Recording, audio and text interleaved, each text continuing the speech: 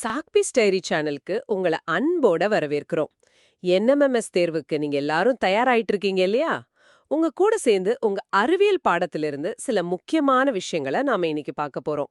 இது 8ஆம் வகுப்புக்கான ஒரு அருமையான ஸ்காலர்ஷிப் வாய்ப்பு.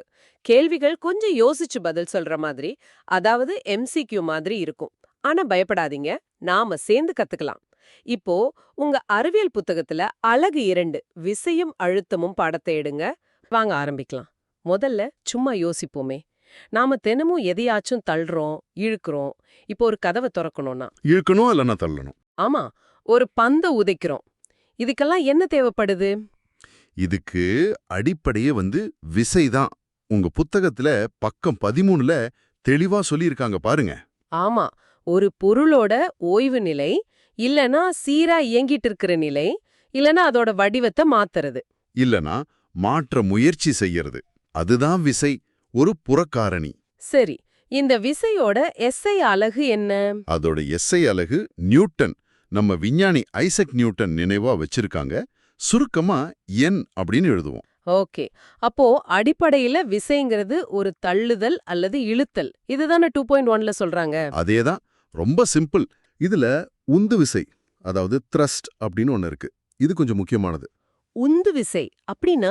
உந்து விசைங்கிறது ஒரு பரப்பு மேல செங்குத்தா செயல்படுற விசை. அதான் முக்கியம். செங்குத்தா இருக்கணும். செங்குத்தா? உதாரணமா? இப்போ ஒரு சுவத்துல ஒரு ஆணி அடிக்கிறீங்கன்னு வச்சுக்கோங்க. நீங்க சுத்தியாளால கொடுக்கிற விசை ஆணி மேல செங்குத்தா தானே செயல்படுது. அந்த செங்குத்து விசை தான் உந்து விசை. ஓ, ஓகே ஓகே, புரியுது. அடுத்ததா பக்கம் 14ல அழுத்தம் பத்தி பேசுறாங்க. ஆமா, இது ரொம்ப சுவாரஸ்யமான ஒரு கான்செப்ட். விசைக்கும் அழுத்தத்துக்கும் தொடர்பு இருக்கு, ஆனா ரெண்டும் ஒண்ணு இல்ல. எப்படி சொல்றீங்க? இப்போ ஒரு ஆணிய சுவத்துல அடிக்கிறோம்னு வச்சுக்கோங்க. கூர்மையான ஆணி ஈஸியா உள்ள போகுது. ஆனா அதே ஆணி கொஞ்சம் மொக்கையா இருந்தா? ரொம்ப கஷ்டப்படணும் இல்லையா? அதுக்கு காரணம் தான் அழுத்தம். ம், விளக்குங்களேன். அழுத்தங்கிறது என்னன்னா, ஒரு குறிப்பிட்ட ஓரலகு பரப்பு மேல செங்குத்தா செயல்படுற விசை. ஓரலகு பரப்பு மேல செங்குத்தா செயல்படுற விசை. அழுத்தம் அப்படிங்கிறது ஓரலகு பரப்பின் மீது செயல்படும் உந்து விசை. அதாவது நீங்க குடுக்கிற விசை எவ்வளவு குறைஞ்ச பரப்புல செயல்படுதோ அந்த அளவுக்கு அழுத்தம் அதிகமா இருக்கும். இதுக்கு ஒரு ஃபார்முலா இருக்கு. அழுத்தம் P சமம் உந்து விசை F வகுத்தல் தொடுபரப்பு A. அதாவது P சமம் F வகுத்தல் A. P சமம் F வகுத்தல் A. ஓகே. அதனால தான் கூரான கத்தி காய்கறியை ஈஸியா வெட்டுது, மொக்கையான கத்தி வெட்ட கஷ்டப்படுது. பரப்பு அதிகமாயிருது. மிகச்சரியா புரிஞ்சுக்கிட்டீங்க. இதோட எஸ்ஐ அலகு பாஸ்கல். அறிவியல் அறிஞர் பிளேஸ் பாஸ்கல் நினைவா வச்சிருக்காங்க. இதோட குறியீடு PA. இது நியூட்டன் பர் மீட்டர் ஸ்கொயர் அலகும் ஒண்ணுதான். Nm⁻²ன்னு எழுதுவோம்.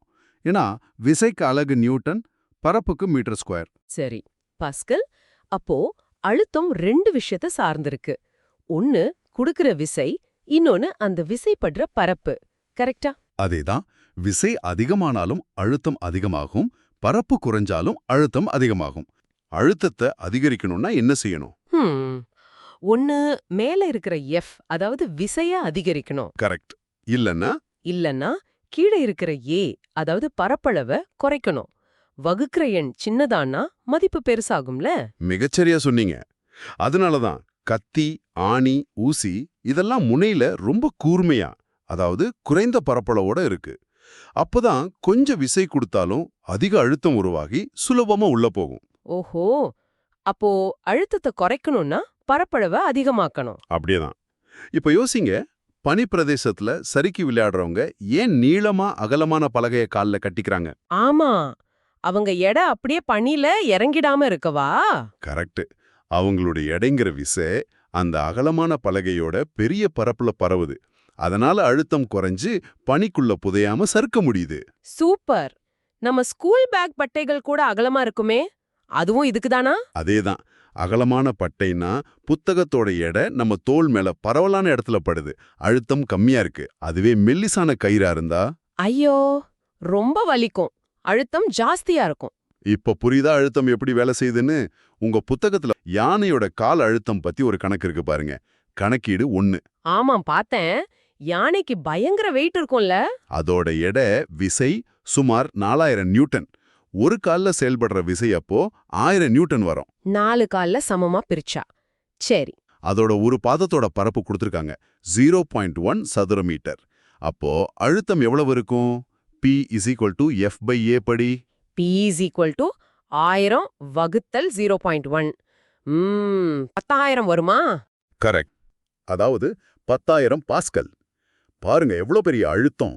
சரி, அடுத்ததா பக்கம் 15, 16ல காற்று ஏற்படுத்துற அழுத்தம், அதாவது வளிமண்டல அழுத்தம் பத்தி சொல்றாங்க. ஆமா, இப்போ நம்மள சுத்தி இருக்கிற காத்து இருக்கே, அதுக்கு ஒரு எடை இருக்கு. அந்த எடை நம்ம மேல ஒரு அழுத்தத்தை குடுக்குது, அதானே? ஆமாங்க, கரெக்ட். நம்ம சுத்தி ஒரு பெரிய காற்று கடல் இருக்குன்னு வச்சுக்கோங்களேன். பாடப்புத்தகத்திலயும் அதான் சொல்றாங்க. புவியின் ஒரு குறிப்பிட்ட பரப்பின் மீது கீழ் நோக்கி செயல்படும் காற்றின் விசை அல்லது எடை, இதுதான் வளிமண்டல அழுத்தம்னு. அதேதான்.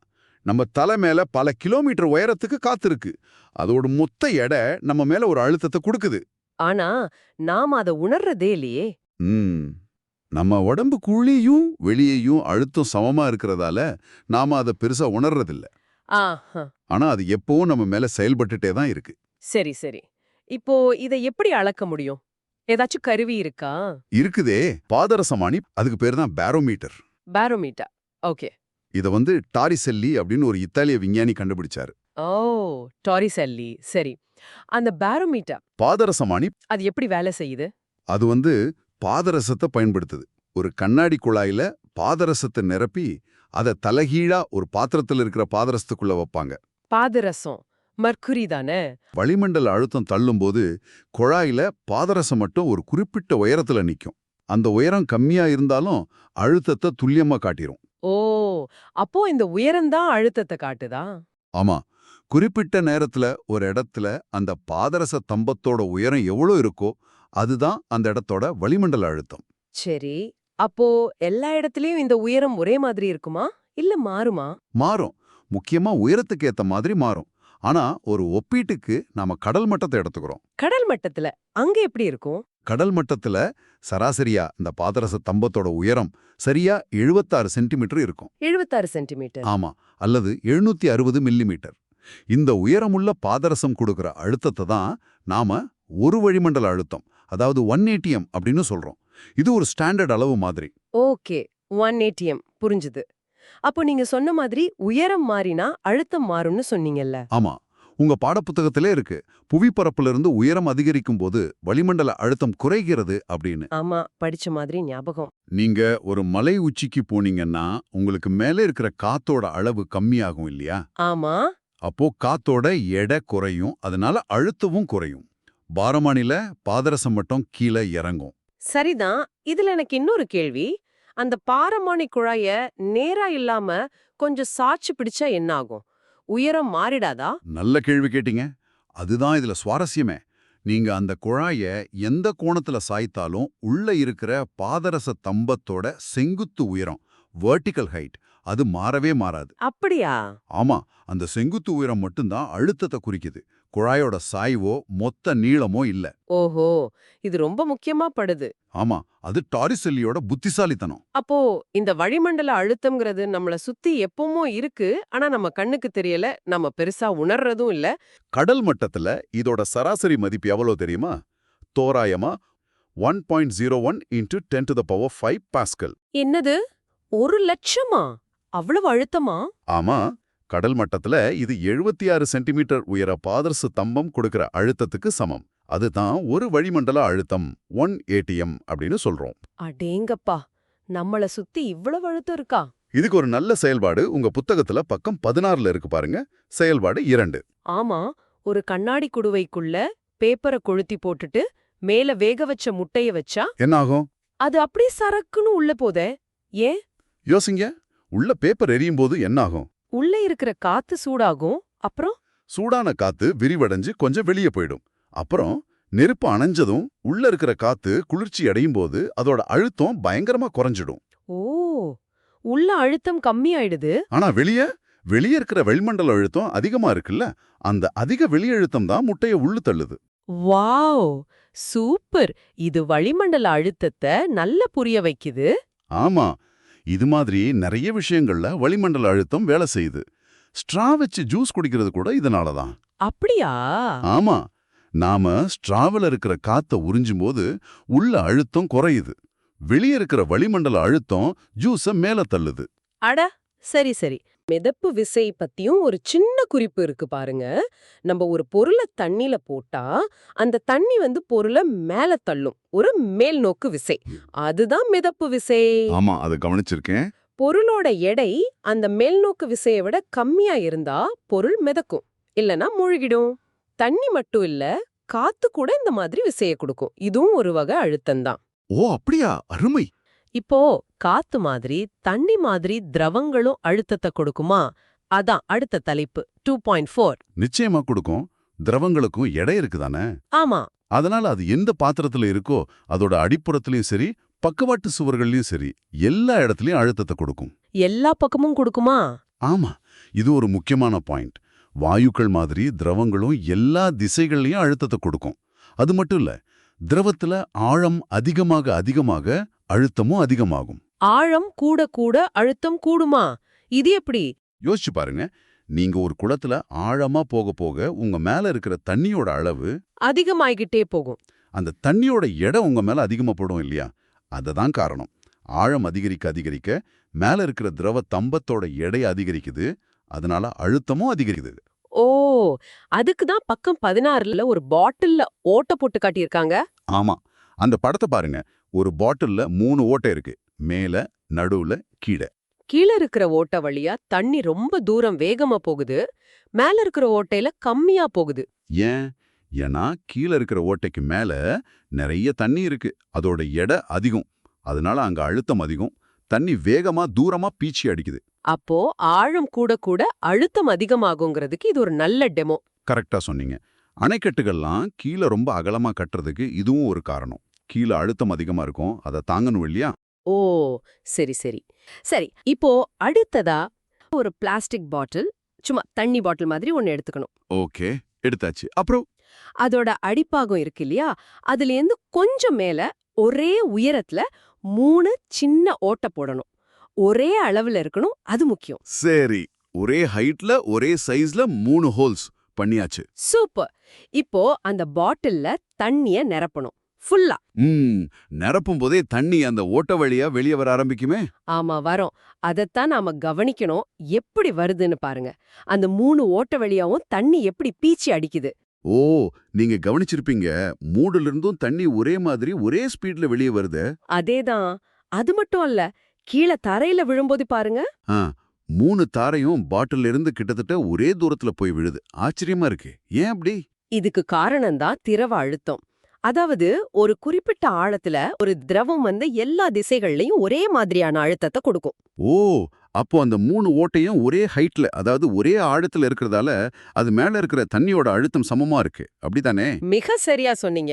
ஒவ்வொரு ஓட்டைக்கும் மேலேயும் இருக்கிற தண்ணியோட அளவு, அதாவது அந்த வாட்டர் காலமோட உயரமும் ஒண்ணுதான். அதனால அழுத்தம் சமம். சிம்பிள், ஆனா சூப்பர் கான்செப்ட். ஆமா. சரி, இந்த அடிப்படை விஷயம் ஒரு குறிப்பிட்ட ஆழத்துல எல்லா பக்கமும் ஒரே பிரஷர். இப்போ அடுத்ததா பாஸ்கல் விதி. இது ரொம்ப முக்கியம்னு சொன்னீங்கல்ல? ஆமா, என்எம்எம்எஸ் தேர்வுல இதுல இருந்து கேள்விகள் வர நிறைய வாய்ப்பு இருக்கு.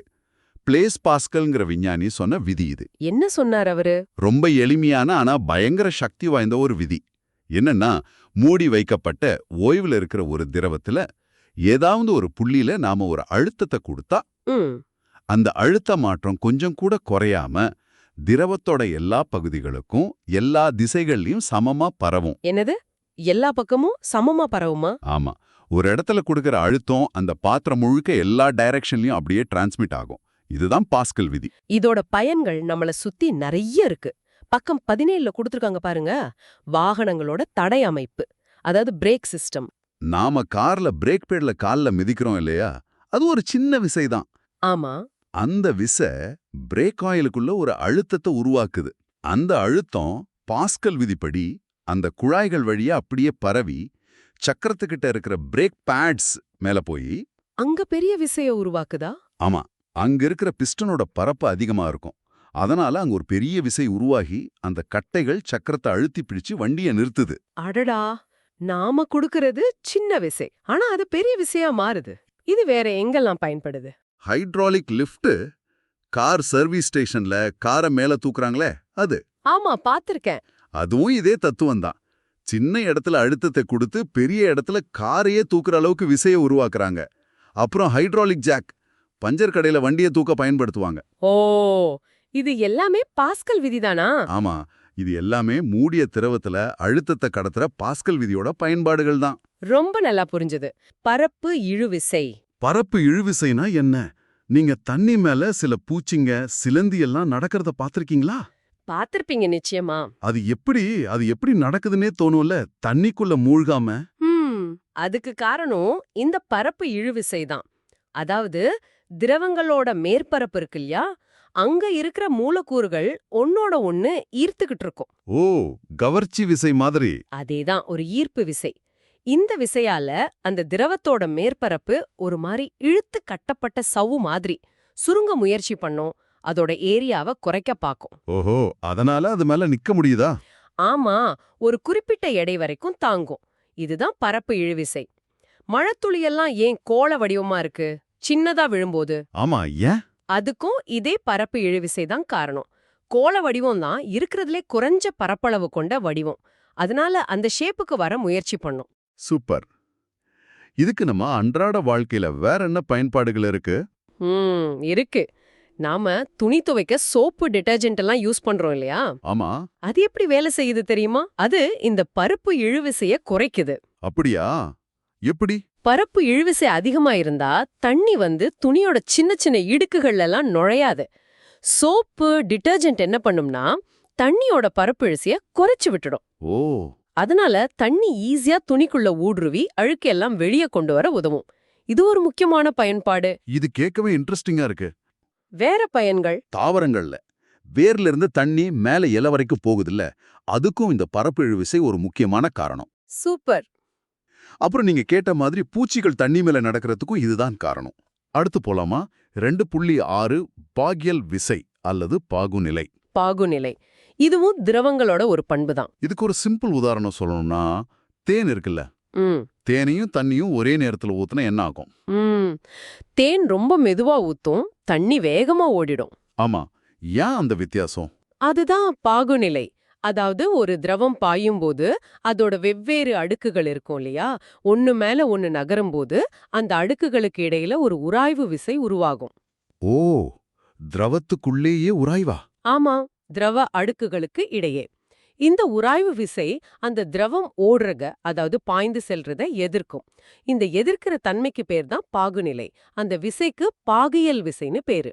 அப்போ தேனுக்கு பாகுநிலை அதிகம், அதனாலதான் மெதுவா ஊத்துது. தண்ணிக்கு பாகுநிலை குறைவு, அதனால வேகமா போகுது. இதுக்கு யூனிட்ஸ், அதாவது அலகுகள் இருக்கா? இது எப்படி அளப்பாங்க? இருக்கு. எஸ்ஐ அலகு முறையில கிலோகிராம் பர் மீட்டர் பர் வினாடி, அதாவது KG metre power -1 S power -1. KG metre per -1 S power -1. Okay. இல்லைனா நியூட்டன் வினாடி பர் சதுர மீட்டர் அப்படின்னு சொல்லலாம். NS M power -2. NS M power -2. CGS அலகு முறையில சொன்னா பாய்ஸ். இதெல்லாம் ஞாபகம் வச்சுக்கணும். Okay. Kilogram per metre per வினாடி அல்லது நியூட்டன் வினாடி பர் சதுர மீட்டர், சிஜிஎஸ்ல பாய்ஸ். நோட் பண்ணிக்கிட்டேன். சரி, அடுத்த டாபிக் போலாமா? 2.7 உராய்வு, ஃப்ரிக்ஷன். இது ரொம்ப முக்கியமான ஒண்ணு இல்லையா? ரொம்ப ரொம்ப முக்கியம். இதுல நம்ம வாழ்க்கை எப்படி இருக்கும்னு யோசிச்சு பாருங்க. ஆமா, நம்மளால நடக்க முடியுமா? முதல்ல ஒரு வழுக்கு தரையில நிக்கவே கஷ்டப்படுறோமே. கரெக்ட். உராய்வுனா என்னன்னு முதல்ல புரிஞ்சுக்கலாம்.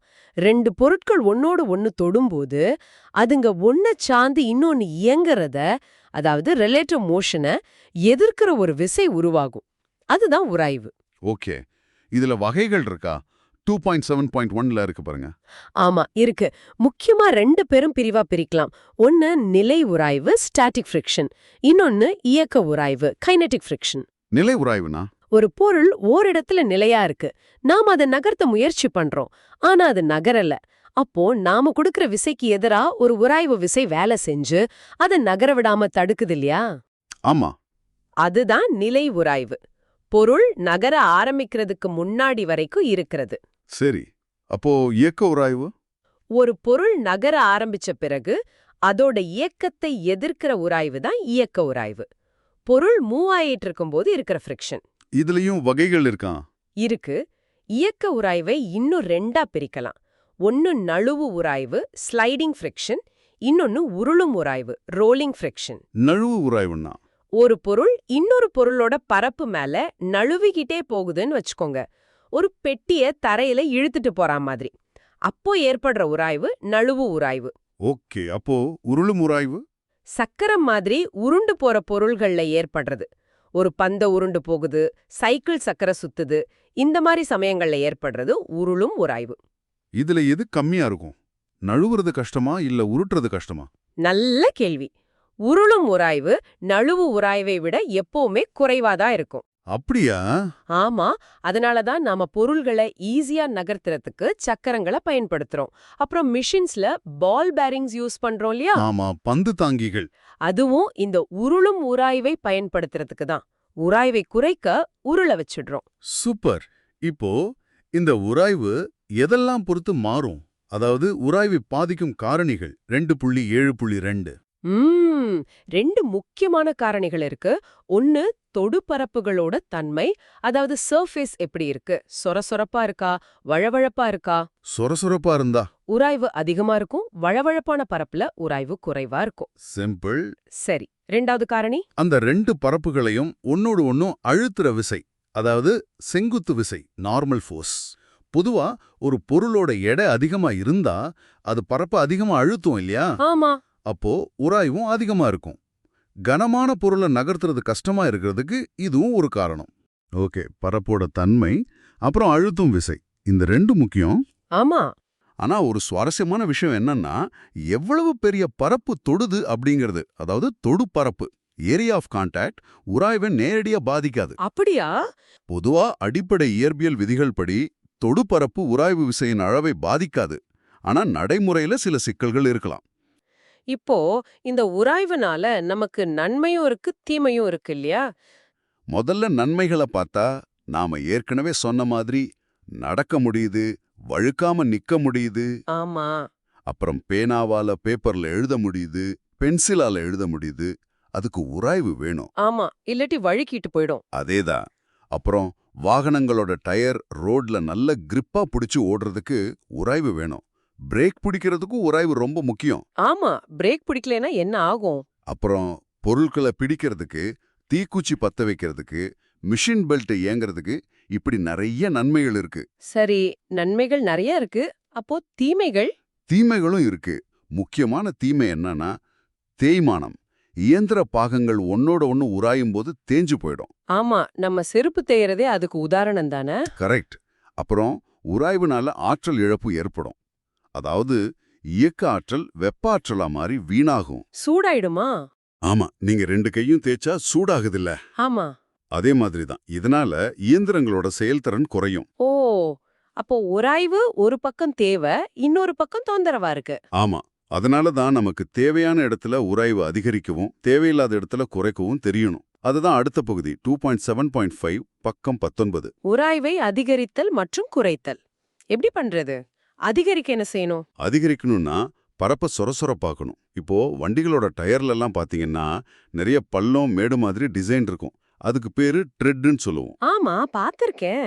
அது உராய்வை அதிகரிக்கிறதுக்கு தான், ரோட்ல நல்ல கிரிப் கிடைக்க. அதே மாதிரி விளையாட்டு வீரர்கள் ஷூக்கு அடியில ஸ்பைக்ஸ் வச்சிருப்பாங்க. ஆமா, ஓடும்போது வழுக்காம இருக்க. சரி, அப்புறம் பிரேக் சிஸ்டம்ல உராய்வு அதிகமாக்குற மாதிரி வட்டீரியல்ஸ் பயன்படுத்துவாங்க.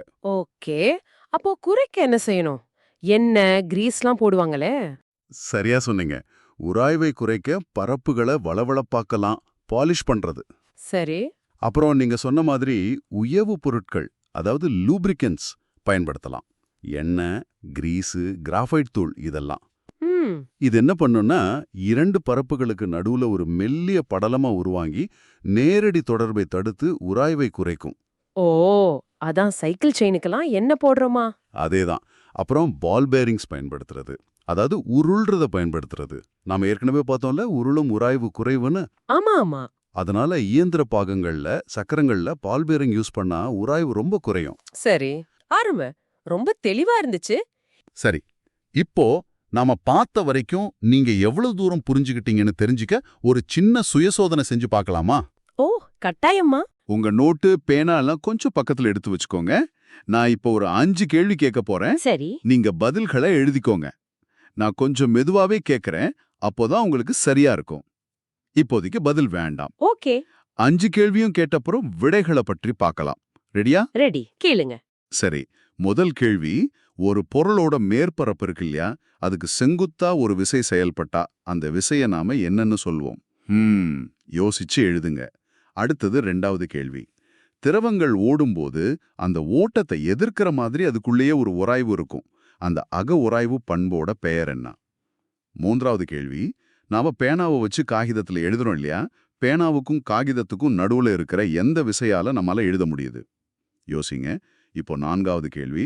சில பூச்சிகள், உதாரணத்துக்கு நீர்ச்சிலந்தி, தண்ணியோட மேற்பரப்புல ரொம்ப ஈஸியா நடக்குது பாருங்க. அதுக்கு காரணம் நீரோட எந்த பண்பு? கடைசி கேள்வி 5வது. வாகனங்கள்ல சக்கரங்கள்ல பால் பேரிங்ஸ், அதாவது பந்து தாங்கிகளை பயன்படுத்துவாங்க. இப்படி செய்யறதுனால எந்த வகையான உராய்வு உருளும் உராய்வா மாற்றப்படுது? எழுதியாச்சா? சரி. இப்போ நீங்க எழுதின பதில்களை நீங்களே ஒரு தடவை பாருங்க. இல்லைனா பக்கத்துல நண்பர்கள் இருந்தா மாத்தி கொண்டும் திருத்தலாம். ஆமா, எப்படி வேணாலும் செய்யலாம். நான் இப்போ கேள்விகளையும் அதுக்கான சரியான பதில்களையும் ஒவ்வொன்னா சொல்றேன். நீங்க கவனமா கேட்டு சரி பார்த்துக்கோங்க. ஓகே. முதல் கேள்வி. ஒரு பொருளின் புறப்பரப்பிற்கு செங்குத்தாக செயல்படும் விசை எவ்வாறு அழைக்கப்படுகிறது? இதுக்கு சரியான பதில் உந்து விசை. அதாவது அந்த பரப்பு மேல செங்குத்தா செயல்படுற மொத்த விசை. சரி, உந்து விசை. அடுத்த கேள்விக்கு போலாமா? போலாம். 2வது கேள்வி. திரவங்களின் ஓட்டத்திற்கு தடையை ஏற்படுத்தும் அதன் அக உராய்வு பண்பின் பெயர் என்ன? சரியான விடை பாகுநிலை. சில சமயம் பாகியல் விசை அப்படின்னு சொல்வாங்க. ஓ, பாகுநிலை. ஆமா. தேன் மெதுவா ஓடுறதுக்கும் தண்ணீர் வேகமா ஓடுறதுக்கும் இதுதான் காரணம். அந்த பாகுநிலை வேறுபாடு. புரியுது. 3வது கேள்வி. பேனாவிற்கும் காகிதத்திற்கும் இடையே இருக்கும் எந்த விசையால் நம்மால் எழுத முடிகிறது? இதுக்கு பதில் ரொம்ப சிம்பிள். உராய்வு. உராய்வு. ஆமா. அந்த உராய்வு இல்லேனா பேனா காகிதத்துல நிக்காது, நம்மளால எழுதவே முடியாது பாருங்க. சரிதான். அடுத்து 4வது கேள்வி. நீர்ச்சிலந்தி பூச்சிகள் நீரின் மேற்பரப்பில் எளிதாக நடக்க உதவுவது நீரின் எந்த பண்பு? இதுக்கு காரணம் பரப்பு இழுவிசை. பரப்பு இழுவிசை. ஆமா. தண்ணியோட மேற்பரப்பு ஒரு மாதிரி இழுத்து பிடிச்ச மாதிரி, ஒரு சவ்வு மாதிரி இருக்கும். அதனாலதான் அந்த பூச்சிகளால நடக்க முடியுது. ஓ, அப்படியா? சரி. கடைசி கேள்விக்கு வந்தாச்சு. 5வது கேள்வி. வாகனங்களின் சக்கரங்களில் பந்து தாங்கிகளை பயன்படுத்துவதன் மூலம் எந்த வகை உராய்வு உருளும் உராய்வாக மாற்றப்படுகிறது? இதுக்கு சரியான விடை நழுவு உராய்வு. நழுவு உராய்வு. ஆமா. அந்த பந்து தாங்கிகள், அதாவது பால் பேரிங்ஸ், நழுவு உராய்வை உருளும் உராய்வா மாத்தி வாகன ஓடுறத சுலபமாக்குது. அருமை. இப்போ உங்க விடைகளை எல்லாம் சரி பார்த்திருப்பீங்கன்னு நினைக்கிறேன். நீங்க எவ்வளவு மதிப்பெண் எடுத்திருந்தாலும் அதை பத்தி கவலைப்பட வேண்டாம். ஆமா, அது முக்கியமில்ல. இது உங்க புரிதலை நீங்களே டெஸ்ட் பண்ணி பார்க்க ஒரு வாய்ப்பு, அவ்வளவுதான். தொடர்ந்து முயற்சி பண்ணுங்க, அதுதான் முக்கியம். நிச்சயமா. இந்த முயற்சி தொடரட்டும். நீங்க எல்லாரும் வரப்போகிற NMMS தேர்வுலையும் இதே மாதிரி நல்லா செஞ்சு வெற்றி பெற எங்களுடைய வாழ்த்துக்கள். கண்டிப்பா. மீண்டும் அடுத்த உரையாடலில் சந்திக்கலாம். நன்றி.